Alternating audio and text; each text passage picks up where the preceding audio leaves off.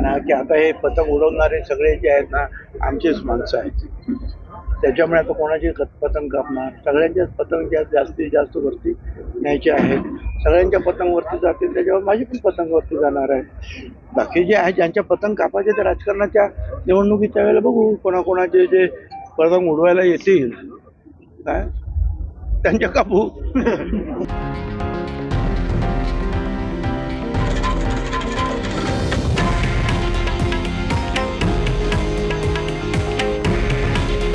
हे आहे देशातील नंबर 1 न्यूज नेटवर्क आणि आपण पाहत आहात TV9 मराठी. काळजी तुमची, हित महाराष्ट्राचं.